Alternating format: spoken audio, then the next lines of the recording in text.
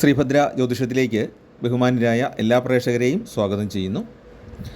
പുതിയ മലയാള വർഷത്തെ നക്ഷത്രഫലങ്ങളാണ് നമ്മൾ ചർച്ച ചെയ്തുകൊണ്ടിരിക്കുന്നത്. കൊല്ലവർഷം 1202 ചിങ്ങം മുതൽ കർക്കിടകം വരെയുള്ള ഒരു വർഷത്തെ വർഷഫലം. 2026 ഓഗസ്റ്റ് 17 തീയതിയാണ് ചിങ്ങം 1 തീയതി. അന്ന് മുതലാണ് മലയാള പുതുവർഷം ആരംഭിക്കുന്നത്. ഇന്ന് നമുക്ക് തിരുവാതിര നക്ഷത്രക്കാരുടെ ഒരു വർഷത്തെ ഫലങ്ങളാണ് നോക്കാനുള്ളത്. തിരുവാതിര നക്ഷത്രം മിഥുനക്കൂറിലാണ് പൂർണ്ണമായിട്ട് ഉൾപ്പെടുന്നത്. പുതുവർഷത്തിൻ്റെ തുടക്കത്തിൽ വ്യാഴം ഉച്ചരാശി സ്ഥിതനായിട്ട് 2ാം ഭാവത്തിലാണ് നിൽക്കുക. അതുകൊണ്ട് വ്യാപാരം, വ്യവസായം എന്നിവയിൽ ഏർപ്പെട്ടിരിക്കുന്നവർക്ക് സാമ്പത്തിക നേട്ടം ഉണ്ടാകും. പ്രത്യേകിച്ച് ചെറുകിട വ്യാപാരം ചെയ്യുന്നവർക്ക് അപ്രതീക്ഷിത ധനലാഭത്തിന് യോഗമുണ്ട്. ജോലി സംബന്ധിച്ചോ ബിസിനസ് ആവശ്യത്തിനോ ദീർഘയാത്രകൾ വേണ്ടിവരും. കർമ്മഭാവമായ 10ാം ഭാവത്തിലാണ് വർഷം മുഴുവൻ ശനി സഞ്ചരിക്കുന്നത്. അതുകൊണ്ട് തൊഴിൽ മേഖലയിൽ പ്രതീക്ഷിച്ചത്ര എളുപ്പം ഉണ്ടാവില്ല. തൊഴിൽ മേഖലയിൽ കുറച്ച് ബുദ്ധിമുട്ട്, അല്പം കൂടുതൽ ജോലി ചെയ്യേണ്ട സാഹചര്യങ്ങൾ, വീട്ടിൽ നിന്ന് മാറി നിൽക്കേണ്ട സാഹചര്യങ്ങൾ, ഇങ്ങനെ പല ബുദ്ധിമുട്ടുകൾ ഉണ്ടാകാം. അതുപോലെ ഉദ്യോഗാർത്ഥികളെ സംബന്ധിച്ച് റാങ്ക് ലിസ്റ്റിൽ പേര് വന്നാലും ജോലി ലഭിക്കാൻ കുറച്ച് ശ്രമിക്കേണ്ട സാഹചര്യങ്ങൾ വന്നേക്കാം. ജോലി സ്ഥലത്ത് ഇനി നമ്മൾ ജോയിൻ ചെയ്താലും ചില എതിർപ്പുകളൊക്കെ നേരിട്ടേക്കാം. ഇത് സർക്കാർ മേഖലയിലും സ്വകാര്യ മേഖലയിലും എവിടെ ജോലി ചെയ്താലും കുറച്ച് എതിർപ്പുകൾ ആദ്യം ഉണ്ടാകാൻ സാധ്യതയുണ്ട്. ജോലി ലഭിച്ചു കഴിഞ്ഞാലും ശമ്പളം കിട്ടാൻ കാലതാമസം ഉണ്ടാകാം. എങ്കിലും മീനരാശിയിലെ ശനിക്ക് വ്യാഴദൃഷ്ടി ഉള്ളതുകൊണ്ട് ദോഷം കുറയുന്നതാണ്. ഈ തിരുവാതിര നക്ഷത്രക്കാർ അവരുടെ വാക്കുകളും ഒന്ന് ശ്രദ്ധിച്ചോണം. പെട്ടെന്ന് ദേഷ്യപ്പെട്ട് സംസാരിക്കരുത്. ഇവർ വലിയ ചിന്തകരായിട്ടൊക്കെ പുറമേ കാണപ്പെടുമെങ്കിലും ഇവർ പെട്ടെന്ന് ചിലപ്പം പൊട്ടിത്തെറിക്കുന്ന സ്വഭാവമുണ്ട്. അപ്പോൾ ഈ ജോലിയിലൊക്കെ ജോയിൻ ചെയ്തു, പെട്ടെന്ന് കാര്യം നടക്കുന്നില്ല എന്നൊക്കെ പറയുമ്പോൾ നിങ്ങൾ എടുത്തുചാടി ഒന്നും ചെയ്തിട്ട് കാര്യമില്ല. ചില കാര്യങ്ങളിൽ സ്വാഭാവികമായ ചില തടസ്സങ്ങൾ ഗ്രഹനിലകൾ കൊണ്ട് വന്നു ചേരാം. അതുകൊണ്ട് സൂചിപ്പിച്ചു എന്നുള്ളതേ ഉള്ളൂ. വ്യാഴദൃഷ്ടി ഉള്ളതുകൊണ്ട് ശനിയുടെ ദോഷം കുറഞ്ഞു നിൽക്കും. ബിസിനസ് സംബന്ധമായിട്ട് ഏറെ യാത്ര ചെയ്യേണ്ട സാഹചര്യങ്ങൾ വന്നേക്കും. രാഹു അഷ്ടമത്തിൽ വരുന്ന ഡിസംബർ മാസം മുതൽ കാലം അത്ര അനുകൂലമല്ല. വിജയം ഉറപ്പാക്കിയിരുന്ന പല പദ്ധതികളിലും തിരിച്ചടികൾ നേരിട്ടേക്കാം. ഇഷ്ടജനങ്ങൾക്ക് തൊഴിൽപരമായിട്ട് മാറ്റമുണ്ടാകാം. അന്യദേശത്തിൽ പോയി താമസിക്കേണ്ട സാഹചര്യങ്ങൾ വന്നു ചേരാം. വ്യാഴം ഒക്ടോബറിൽ രാശി മാറുന്നതും ഈ വിഷമം വർദ്ധിപ്പിക്കാൻ സാധ്യതയുണ്ട്. ആത്മീയ ചിന്ത വർദ്ധിക്കുന്നതാണ്. കുടുംബത്തോടൊപ്പം പുണ്യസ്ഥല ദർശനം നടത്താൻ യോഗമുണ്ട്. എല്ലാ കാര്യത്തിലും ജീവിത പങ്കാളിയിൽ നിന്ന് പിന്തുണ ലഭിക്കുന്നത് ആശ്വാസം നൽകുന്നതാണ്. പ്രണയിക്കുന്നവർക്ക് ബന്ധുക്കൾ മുഖേന ഏതെങ്കിലും തരത്തിലുള്ള തടസ്സങ്ങൾ ഉണ്ടാകാം. ബന്ധുക്കൾ ഇടപെട്ട് ഇവരെ പരസ്പരം പിരിക്കാൻ ശ്രമിക്കുകയോ അല്ലെങ്കിൽ മറ്റെന്തെങ്കിലും കള്ളമായിട്ടുള്ള കാര്യങ്ങളൊക്കെ പറഞ്ഞ് തെറ്റിദ്ധാരണ ഉണ്ടാക്കുകയോ ഇതൊക്കെ സംഭവിച്ചേക്കാം. വിദേശത്ത് നിന്ന് നാട്ടിൽ തിരികെ എത്താൻ യോഗമുണ്ട്. അങ്ങനെ ആഗ്രഹിക്കുന്നവർക്കത് സാധിക്കുന്നതാണ്. ബാങ്കുകളിൽ നിന്ന് ബിസിനസ് ആവശ്യത്തിനോ അല്ലെങ്കിൽ വ്യക്തിപരമായ ആവശ്യത്തിനൊക്കെ ലോൺ പാസ്സായി കിട്ടുന്നതാണ്. വ്യാഴം മാറുന്ന സമയങ്ങളിൽ മനോദുഃഖ സാധ്യതയും ഉണ്ട്. വിവാഹം ആലോചിക്കുന്നവർക്ക് അടുത്ത മലയാള വർഷം അനുകൂല ഫലമാണ് ഉണ്ടാകുന്നത്. നല്ലൊരു പങ്കാളിയെ കിട്ടാനായിട്ട് അവർക്ക് യോഗമുണ്ട്. രോഗദുരിതങ്ങൾ കൊണ്ട് വിഷമിക്കുന്നവർക്ക് ചികിത്സ കൊണ്ട് നല്ല ആശ്വാസം കിട്ടാനും യോഗമുണ്ട്.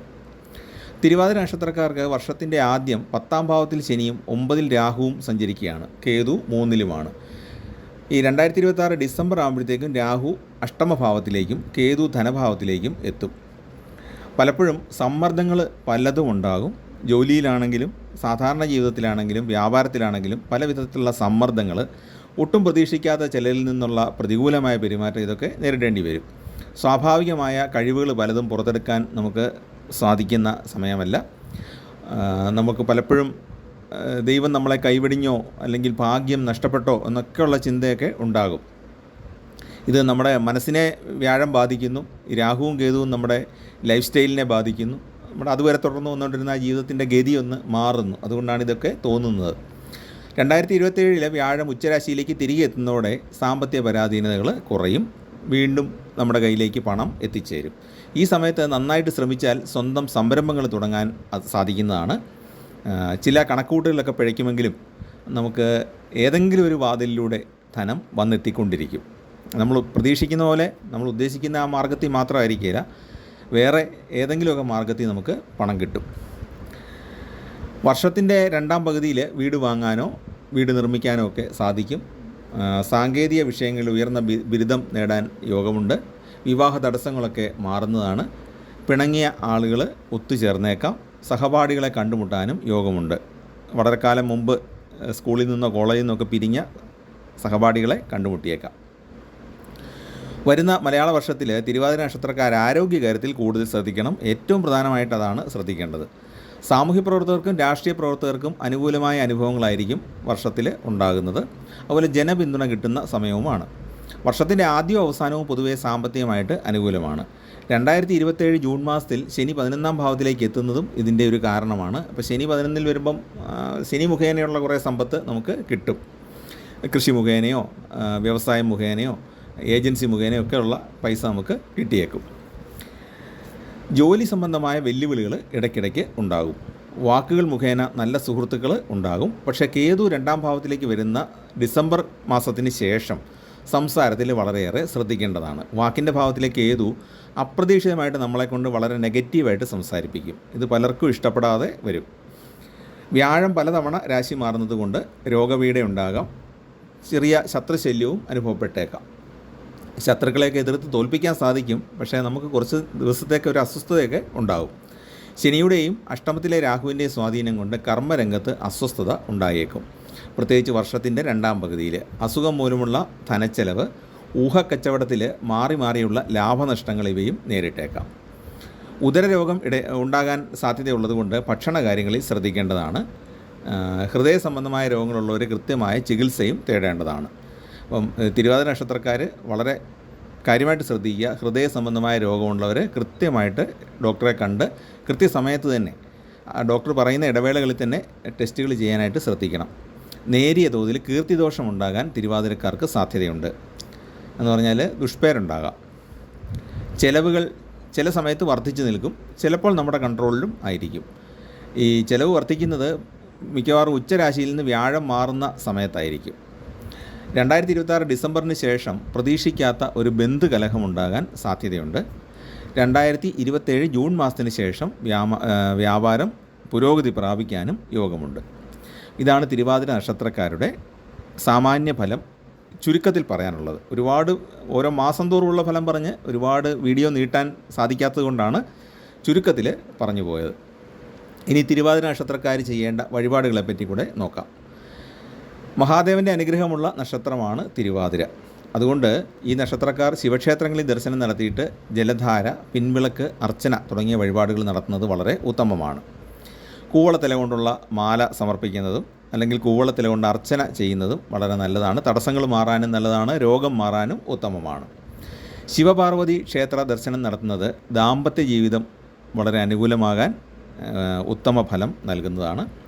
രാഹു 9ൽ നിൽക്കുന്ന സമയത്ത് രാഹുദോഷ പരിഹാരത്തിനായിട്ട് 100 പാലും വഴിപാട് സമർപ്പിക്കുക. ആയില്യപൂജ ചെയ്താലും മതി. നിങ്ങളുടെ ഒരു ആയില്യപൂജയെങ്കിലും അടുത്ത വർഷം ചെയ്യണം. പറ്റുമെങ്കിൽ ഈ ഡിസംബർ മാസത്തിന് മുമ്പായിട്ട് ചെയ്യുന്നത് നല്ലതാണ്. വിഷ്ണു ഭഗവാന് അർച്ചന നൽകുന്നത് നല്ലതാണ്. ഗണപതിക്ക് അപ്പം, അട ഇവയിലേതെങ്കിലും ഒന്ന് നേദിക്കുന്നത് ജോലി തടസ്സം മാറാൻ നല്ലതാണ്. ഇൻ്റർവ്യൂവിന് പോകുന്നവർ ഗണപതി ഭഗവാന് കറുകമാല സമർപ്പിച്ച് നെയ്വിളക്കം തെളിച്ച് പ്രാർത്ഥിച്ചിട്ട് പോവുക. ആ ജോലി കിട്ടാനുള്ള സാധ്യത 95% നിങ്ങൾക്ക് ഉണ്ടാകും. ഇനി മറ്റ് വിശ്വാസികളുടെ കാര്യം കൂടെ നോക്കാം. മറ്റ് മതക്കാർ നേർച്ചയായിട്ടുള്ള അന്നദാനമോ അല്ലെങ്കിൽ അഗതികളായിട്ടുള്ള ആളുകളുടെ മക്കൾക്ക് വിവാഹ ധനസഹായമോ ചെയ്യുന്നത് വളരെ നല്ലതാണ്. അവർക്ക് ആ വ്യാഴത്തിൻ്റെ ആനുകൂല്യങ്ങൾ കിട്ടാനും ശുക്രൻ്റെ ആനുകൂല്യങ്ങൾ കിട്ടാനൊക്കെ വളരെ ഉത്തമമാണത്. അപ്പോൾ അത് ചെയ്യുക. മറ്റ് മക്കളെ കല്യാണം കഴിച്ച് വിടാനൊക്കെ ബുദ്ധിമുട്ടുള്ള ആളുകൾക്ക് ധനസഹായമായിട്ടോ അല്ലെങ്കിൽ കല്യാണത്തിനുള്ള വസ്ത്രങ്ങളോ ഏതെങ്കിലും രീതിയിൽ നിങ്ങൾ സഹായം ചെയ്യുക. പിന്നെ പഴങ്ങളോ പച്ചക്കറികളോ ദാനമായിട്ട് കൊടുക്കുന്നത് നല്ലതാണ്. പിന്നെ എല്ലാ മതക്കാർക്കും ചെയ്യാം. സൂര്യദേവനെ പ്രാർത്ഥിക്കുന്നത് എല്ലാ വിശ്വാസക്കാർക്കും ഉത്തമ ഫലം നൽകുന്നതാണ്. ചന്ദ്രനെ പ്രാർത്ഥിക്കുന്നത് പോലെ തന്നെ സൂര്യനെ പ്രാർത്ഥിക്കുന്നതും എല്ലാ മതവിഭാഗങ്ങളിലുമുള്ള ഒരു ആരാധനാ രീതിയാണ്. അപ്പോൾ അതുകൊണ്ട് സൂര്യനെ അതിരാവിലെ എഴുന്നേറ്റ് സൂര്യനെ പ്രാർത്ഥിക്കുക. അപ്പോൾ ഹൈന്ദവ വിശ്വാസക്കാർ സൂര്യസ്തോത്രങ്ങൾ ചൊല്ലി പ്രാർത്ഥിക്കുന്നത് നല്ലതാണ്. മറ്റു മതക്കാർ അവരുടെ വിശ്വാസം അനുസരിച്ചുള്ള പ്രാർത്ഥനകളോടെ സൂര്യദേവനെ ദർശിക്കുക. അത് ഉത്തമ ഫലം നൽകുന്നതാണ്. ഇത്രയുമാണ് തിരുവാതിര നക്ഷത്രക്കാരുടെ കാര്യങ്ങൾ പുതിയ മലയാള വർഷത്തിലേക്കായിട്ട് പറയാനുള്ളത്.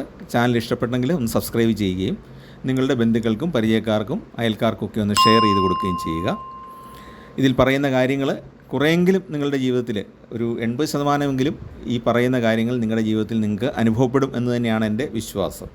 കാരണം എല്ലാഗ്രഹചാരഫലം ഉൾപ്പെടുത്തിയാണ് ഞാൻ ഇത് തയ്യാറാക്കാൻ ശ്രദ്ധിച്ചിട്ടുള്ളത്. അപ്പോൾ നിങ്ങളുടെ കമൻറ്റുകൾ ദയവായിട്ട് ഇതിൻ്റെ താഴെ രേഖപ്പെടുത്തുക. നിങ്ങൾക്ക് ചാനൽ ഇഷ്ടപ്പെടുന്നുണ്ടെങ്കിൽ ചാനലിലൊന്ന് ജോയിൻ ചെയ്യുക. ഇതിൻ്റെ താഴെ ഒരു ജോയിൻ ബട്ടണുണ്ട്, അതിൽ ക്ലിക്ക് ചെയ്താൽ നിങ്ങൾക്ക് ചാനലിൽ ജോയിൻ ചെയ്യാനായിട്ട് സാധിക്കും. നിങ്ങളുടെ വ്യക്തിപരമായ സംശയങ്ങൾ മെമ്പർഷിപ്പ് ഗ്രൂപ്പിൽ ചോദിക്കാനും സാധിക്കുന്നതാണ്. എല്ലാവർക്കും നന്മയുണ്ടാകട്ടെ. നിങ്ങളുടെ കുഞ്ഞുങ്ങൾക്കും നിങ്ങളുടെ കുടുംബാംഗങ്ങൾക്കുമെല്ലാം എല്ലാവിധ സൗഖ്യങ്ങളും ഉണ്ടാകട്ടെ എന്നും നിങ്ങൾക്ക് ധനപരമായ ഐശ്വര്യം ഉണ്ടാകട്ടെ എന്നും പ്രാർത്ഥിക്കുന്നു. നമസ്കാരം.